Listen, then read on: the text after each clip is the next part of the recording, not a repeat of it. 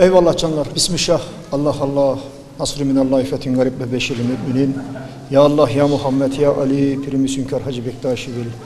Şahim Abdal Musa Sultan, cümle hakerenler, evliyalar bizleri saklaya, gizleye bizlerden şefaatlerini esirgemeyeler.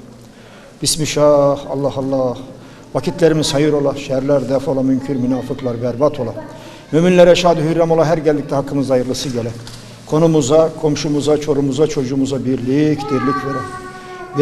Dirlikten, dizardan, katardan ayırmaya, nedenle işleyim yedirmeye. Kem damarlarımıza, kem feillerimize işlemiş olduğumuz günahlara tövbe ya Rabbi, tövbe ya Rabbi. Estağfurullah, estağfurullah. Seyyid-i Cappar, benim musattar Seyyid-i kulumuzum, Allah birsin, nursun. Cümlenin muradını verirsin ya Rabbi, ya Resulallah.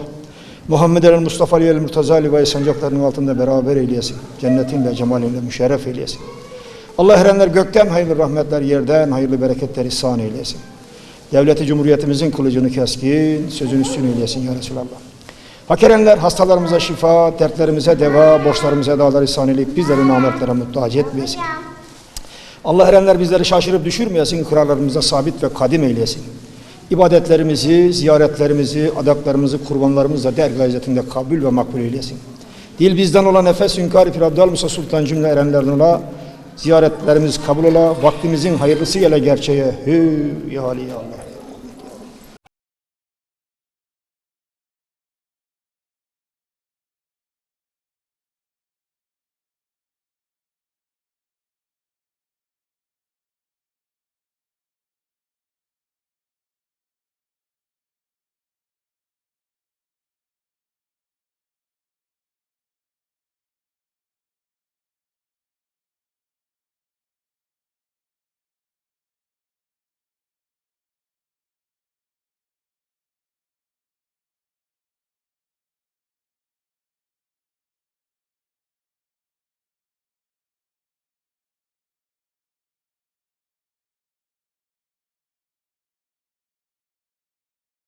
Girdik.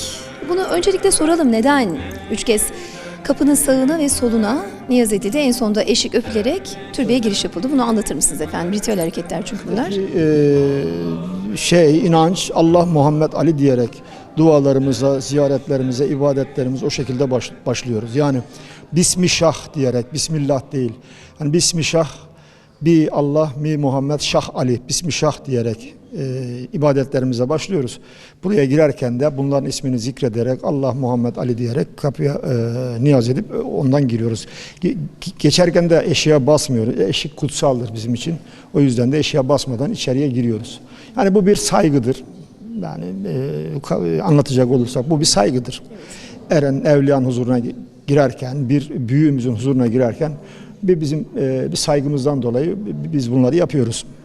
Aslında bu kültürde özellikle dikkatimizi çeken bir şey var. 3'ler, 5'ler, 7'ler, 40'lar diye gider ya. Evet. 3 seferde niyaz ediliyor. Yani, bunu onunla bağdaştırabilir miyiz Sayın Dedem? Tabii yani 3 sayısı da kutsal. Anadolu'da, Türklerde bu dünyanın birçok yerinde böyle. Ama bizdeki anlayış Allah, Muhammed, Ali'yi zikrederek niyazlarımızda, ibadetlerimizde, böyle kutsal yerlere girişimizde o şekilde giriyoruz. Evet, ben özellikle Abdal Musa'ya sormak istiyorum. Abdal Musa kimdir efendim? Abdal Musa Sultan 14. yüzyılda yaşamış. Aslı Horasan'ın Hoy kentinden Anadolu'ya gelmiş. Çok iyi bilmiyoruz. Elimizde akademik bilgiler yok. Bunun araştırmaları devam ediyor. Ama bizim babalarımızdan duyduğumuz, böyle kitaplardan yüzeysel olarak öğrendiğimiz 14. yüzyılda yaşadığını biliyoruz. Osman Hacı Bektaşi Veli'nin de akrabası, amcazadesinin oğlu. Osmanlı'da kurucu yaptığı biliniyor. Orhan Gazi ile Bursa fethine katıldıktan sonra özellikle Orhan Gazi'nin verdiği mala mülke tebaaya itibar etmiyor. Ve aynı zamanda Abdal Musa sadece Geyikli Baba, Abdal Muratlarla birlikte Bursa fethediliyor. Bursa biliyorsunuz kansız bir şekilde fethediliyor. Orhan Gazi bunlara diyor ki burada kalın, mal mülk teba vereyim size, burada kalın. Çünkü ihtiyacı var Abdal Musa'lara, Geyikli Babalara, o tür erenlere. Bu bulunduğu mekana, Teke yöresine geliyor, buraya bu dergah açıyor. Yani bu dergah da bulunduğu yerde coğrafi olarak önemli bir bölgedir. Antalya'dan çıkarsın Söğüt Cuma, Arikan'da, Bodalya, burası da dayandığı yer, arkasını dayandığı yer Genceli şehridir. Buradan antik bir yolla da karşıya geçer.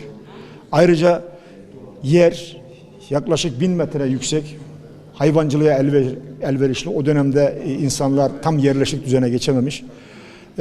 hayvancılığa elverişli. Sonra topraklar mümbit, verimli. İşte karşımızda uçar su var. Uçar su bu ovayı suluyor. Yani bunu bildiği için geliyor burada bu dergahı açıyor. Ve burada da çok başarılı oluyor. Han, hamam, misafirhaneden önce okulu öğretiyor, okulu kuruyor. Burada üretimi sağlıyor, o toprakları ekiyor, biçiyor. Hani burası sadece bir inanç merkezi değil, yaşamın kendisi. Dolayısıyla hem yazın okul var hem kışın var. Burada herkes birlikte üretiyor, herkes birlikte tüketiyor. Yani kimsenin kimseye bir üstünlüğü yok. Herkes eşit. Herkes eşit o zaman değil mi efendim? Eşit. Zaten bu felsefede de bizim inancımızda, felsefemizde de eşitlik vardır, özgürlük vardır, paylaşım vardır. Yani kimsenin kimseye bir üstünlüğü yoktur. O yüzden diyoruz, biz insanlara can diyoruz. Hani kadın erkek ayrımı da yok zaten. Evet. Buraya girdiğimiz zaman hepimiz bir can oluyoruz. Dolayısıyla bu eşitliği gösteriyor. Herkesin birlikte olduğunu gösteriyor. Öyle bir öğretiden geldiği için Abdülhamid bunu kabul etmiyor ve burada geliyor, bir dergah açıyor. Bu durum, bu kurum yaklaşık Abdülhamid Sultan 1400'lerde göçtüğü biliniyor. Yani 1330'larda buraya geldiyse yaklaşık 1400'lerde göçüyor. Ama bu öğreti, buradaki yaşam, bu dergah anlayışı, Koman dergah anlayışı devam ediyor. Bu yaklaşık 1826'lara kadar Yeniçeri Ocağı'nın kapatılıp işte Anadolu, Balkanlardaki, hatta Orta Doğu'daki bu tür dergahların kapatılmasına kadar devam ediyor. Burası yaklaşık 1826'dan sonra kapatılıyor ama buradaki dedeler, babalar sürgün ediliyor. Onların yerine Nakşişeyhler buraya geliyor, sahipleniyor. Bütün yazılı kaynağı yok ediyor. İşte sadece türbe kalıyor. Zaten şeyden çıkan, fermandan çıkan o şey bu, durum bu. Dolayısıyla buraya Nakşişeyhler gelip sahiplendiği zaman yazılı kaynakları yok ediyor. Buranın mal varlığını el koyuyor. Bir tek bu türbe kalıyor. Ama bu durum 70'lere kadar, 1870'lere kadar devam ediyor.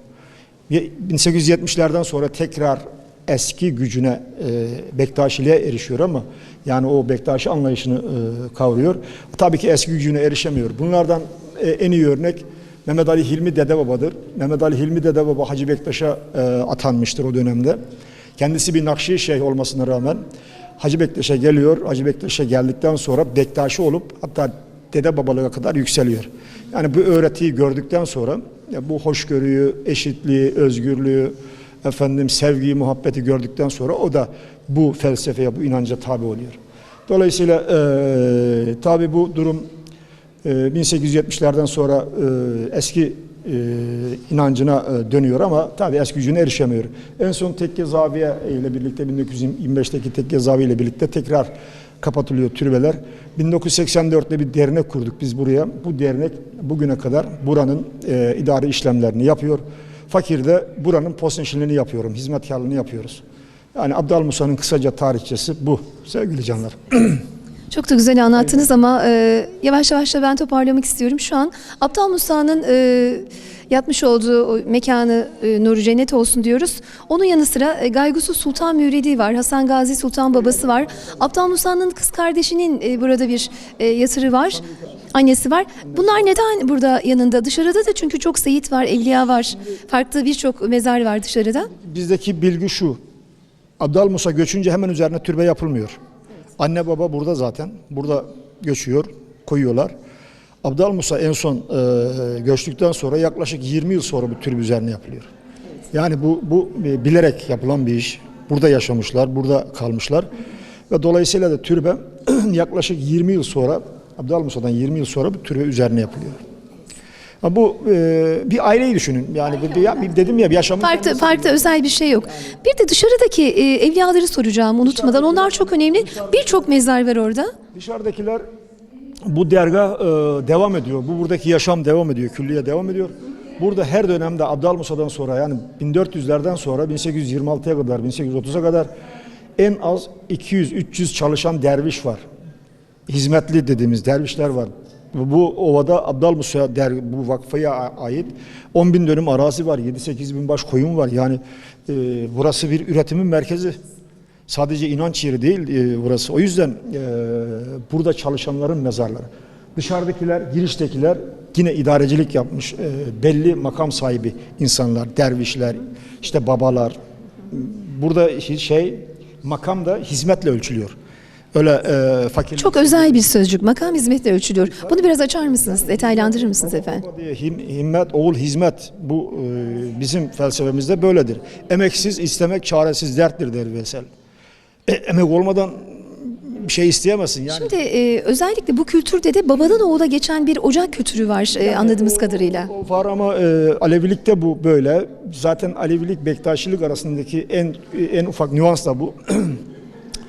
Alevi doğulduğuna inanılır, Alevi olunmaz ama Bektaşi olunur. Gayrimüslim de olsa insanlar gelir Müslüman olur, Bektaşi olabilir. Ama yani felsefeye ne kadar uygun? Bu biraz göreceli ve farklı bir kavram. Her şekilde adlandırılabilir o zaman. Tabii ki özel bir durum. İşte Peygamberimizin soyundan geldiğine inanılır ama bir kırklara bakıyorsun. İşte kırklarda peygamber kapıyı vuruyor, ben peygamberim diyorlar. Biz peygamber falan tanımayız dedikten sonra hani oradaki makam mevkiden ziyade bir can, yani bir emek söz konusu. Tabii bunlar dönem içerisinde küçük şeyler, farklılıklar göstermiş, küçük değişimlere uğramış ama tabii özde eşitlik, özgürlük, hoşgörü, sevgi, emek, hizmet. Şimdi ben çok az daha ayakta tutuksuz, kusura bakmayın dedem, ah buyurun. 12 postun 11.'si olarak bilinir Abdülmusa. 12 postun 11.'si ne demektir sayın dedem? Cem'i düşünün, bir Alevi ibadet yeri cemevidir. Cemevinde de hizmetler 12 tanedir. Evet. Bu hizmetler dedim ya, 12 imamlardan ziyade hizmet var. Şimdi baba postu Horasan postudur, Hacı Bektaş'ın postudur. Efendim meydancı postu neydi, Hacı Bey postudur, Sarı İsmail postudur. İşte gözcü postu Karacaahmet'in postudur. Efendim 11. posta Abdülmusa'nın postu şeklinde oraya kadar hizmet. Burası yani ayakçı, bütün her yere hizmet eden, koşturan demektir. Ayakçı postudur. Bunların hepsi bir cemde olan görevliler değil midir efendim? Bizim cemimizde bu 12 hizmet vardır. Yani 12 imamlar tabii ki bizim için kutsal ama zaman içerisinde ne kadar değişime uğradığı da açılamıyor. Yani biz kendimizle yüzleşmemiz lazım bu durumla. Tabii ki uzun hikaye ama 12 hizmet bizim için kutsal. Dedim ya, yaşamın kendisi kardeşim. Sadece inanç bazında değil. Yaşıyorsun, cemde kurbanı kesiyorsun, semahı dönüyorsun, evi süpürüyorsun. Yani tabii. Kurbanı kesiyorsun. Işığı yakıyorsun, çelağı yakıyorsun, çelağı söndürüyorsun. Efendim hem ibadeti yapıyorsun hem de yaşamın kendisini yaşıyorsun. Aslında hayatını temizliğinle beraber olması gereken görevleri yerine getiriyorsun. Şimdi ben buraya bir virgül koyacağım. Şurada bir hırka var, hırka-i şerif var. Hırka Abdülmusa'nın giydiği kendi hırkası. Evet. Sonra burada 4 emanet de burada var. Bu 4 emanetten bir tanesi de sancak. Kara sancak. Neden kara sancak? Peygamberimizin sancağı olarak biliniyor. Üzerinde tevhid yazılı, la ilahe illallah yazılı ama yani çok kesin elimizde bilgi belgeler yok. Bize böyle anlatıldı, böyle biliyoruz ama şu anda da tabii araştırılıyor. Bunlardan bir tanesi emanetlerin biat değneği. Evet. İmam Hüseyin'den kalan, İmam Hüseyin Kerbela'ya giderken ona inanan insanların biat değneği nedir? Biat aslında biat eden, o emre itaat eden anlamındadır değil mi? Yani tabii bir bakıma öyle. Şimdi Anadolu'da bu inançta bir tarıktır bu, bir de pençe vardır. Tarık bu İmam Hüseyin'den kalan düşünülür. Hani şehitlerde bu var olduğu düşünülür. Ama pençede 5 alaba dediğimiz hizmet görürken ya tarık vurur sırtını ya da 5 elini vurur. 5 alabayı, 5 pençe denir ona. Bu tarık, bu da bir emanettir İmam Hüseyin'den kalan. Teberci dedikleri. Abdülmusa'ya ait, bu Abdülmusa'nın kendi kullandığı. Bir de tahta kılıç, kara çomak dediğimiz. Yapısı çok farklı, değişik. Bunun özelliği nedir biliyor muyuz? Bunların barışı simgeliyor. Yani buradaki ağaç olması bu evreni simgeliyor. Burgalaşlı. Bir de barışı burada simgeliyor. Tahtadan kılıcı olur mu? Yani gönül insanı, gönül adamı, halk insanı. Bunu anlatıyor. Bunların bir tanesi de emanetlerden mermer çerağı. Peygamberimizden kaldı. Mermer çerağı bu bildiğimiz çerağı uyandırmakla alakalı mıdır efendim? Çerağı deniyor zaten. O mum, ışık çırağı. Peygamberimiz onu kızına düğün hediyesi olarak vermiş. Bunlar işte Veysel Karani vasıtasıyla Ahmet Yesevi'ye, Ahmet Yesevi'den de Hacı Bektaşi Veli'ye. Hacı Bektaşi Veli'nin vasiyet üzerine buraya verilmesini istedi. 4 emanet. Bunlardan 3'ünü söyledik. Bir tanesi de Yeşil Hüccat'tır. Hüccat. Hüccat, onu açabilir miyiz? Bilmem. Bu gelenekte icazetname de olarak bilinir ama hüccat onların başı olarak bilinir. Bu hüccat 4 emanet buraya verilmiş. Burada kalmıştır. Abdülhamid'de kalmıştır. Evet. Şurada Bektaşi tacı. evet. İlk defa 12 görüyorum. 12 imamları anlatır. 12 hizmeti anlatır. Keçe değil mi tepesindeki de keçe? Evet, özel bir şey. Burada baba, bu Bektaşi babası, bu yeşil böyle sarık olunca bu babadır. Diğerlerinde renkler değişir mi? Beyaz olunca derviştir.